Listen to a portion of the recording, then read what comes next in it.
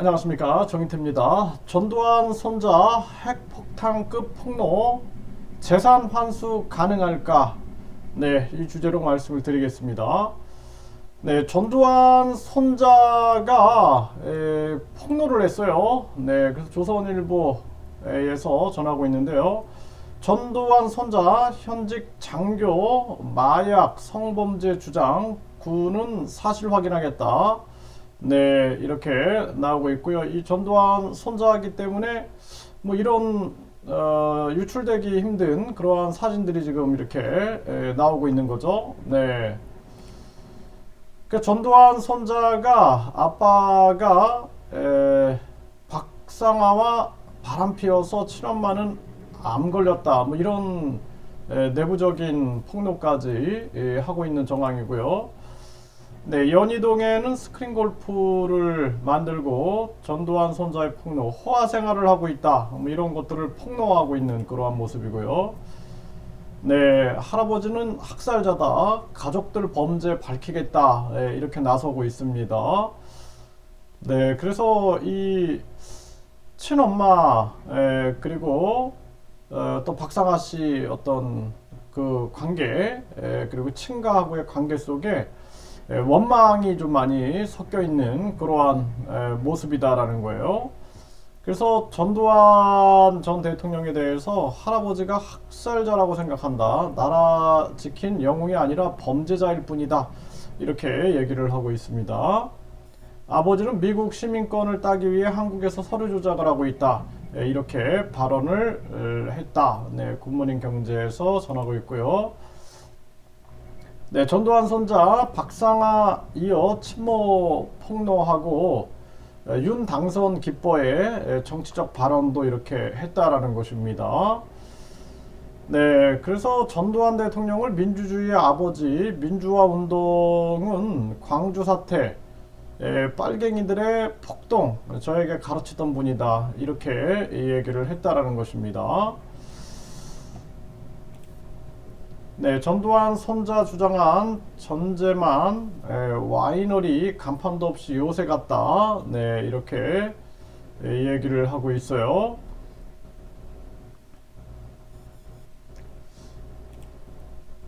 네, 비자금으로 악마의 짓 하고 있다. 전두환 친손자가 폭로 글을 올리고 있는데 일파만파 되고 있는 그러한 상황이고요.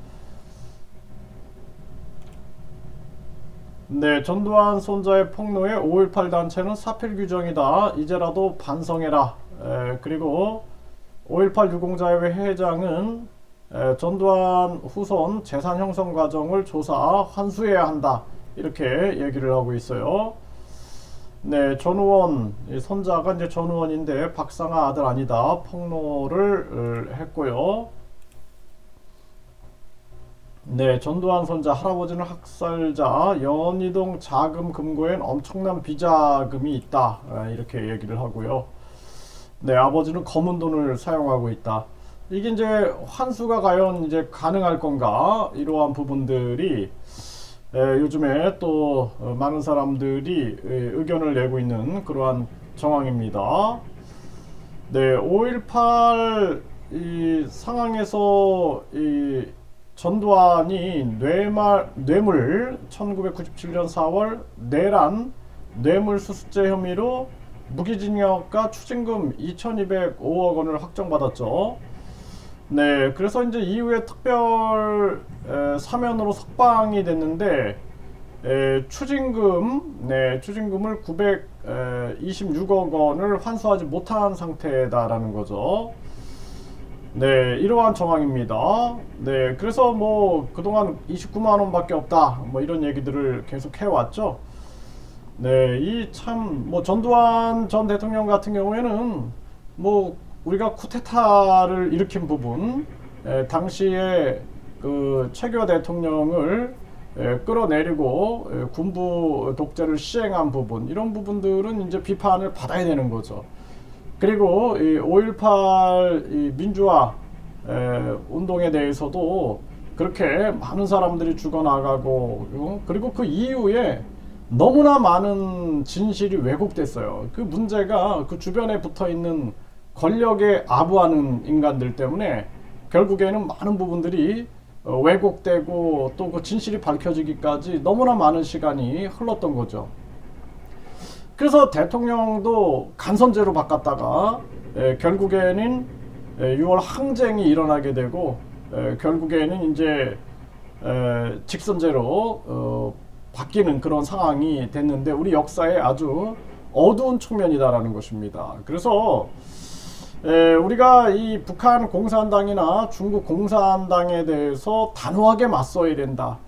하지만 또 일본과 미국의 역사 왜곡이나 약탈에 대해서 이러한 부분에 대해서도 우리가 단호하게 맞서야 된다. 이제는 대한민국파라는 입장에서 우리가 움직여야지 뭐 친일파다, 친북파다, 친중파다, 친미파다 이렇게 움직여서는 안 돼요. 그리고 좌파, 우파다 이렇게 편을 나누고 뭐 전두환은 우파다 해가지고 또 다 감싸고 이거 안 된다라는 겁니다. 박정희 대통령도 경제 위기를 넘겼던 잘한 부분들은 우리가 정말 이거는 칭찬할 부분 칭찬하고 그렇지 않고 유신이라든지 이런 체제를 통해서 독재를 행했던 부분들은 비판받을 것은 또 비판받아야 된다.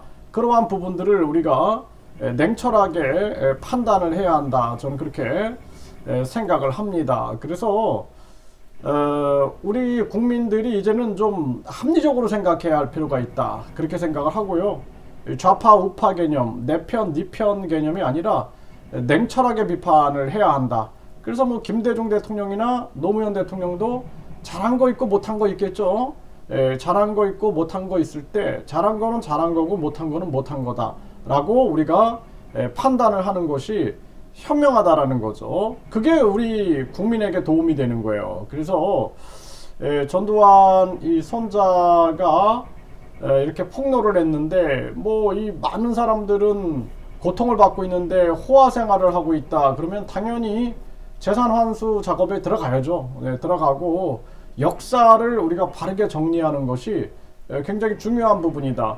전두환 대통령이 이제 사망하고 나니까 사람들이 진실을 얘기하는데 참 안타까운 겁니다. 네, 그래서 우리가 항상 우리 역사를 망치는 아부꾼들 이걸 조심해야 된다. 지금도 마찬가지예요. 지금도 윤석열 대통령이 잘하는 거는 잘하는 거다, 못하는 거는 못하는 거다라고 비판을 해야 된다는 거예요.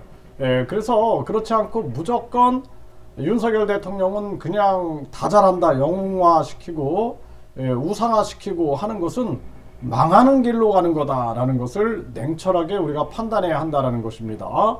이는 문재인 전 대통령도 마찬가지예요. 문재인 전 대통령이 잘못한 거는 분명히 자신 책임을 져야 한다는 것입니다. 잘한 거는 칭찬받을 수 있겠지만 잘못한 것은 반드시 비판을 받아야 된다. 이재명 대표도 마찬가지죠. 네, 지금 각종 이 사법 리스크 관련해서도 철저하게 수사를 받고 명백하게 밝혀서 자신 잘못한 게 있으면 반드시 책임져야 된다. 그래야지만 우리 국민과 우리 국가가 정상적으로 발전할 수 있다. 저는 그렇게 말씀을 드립니다.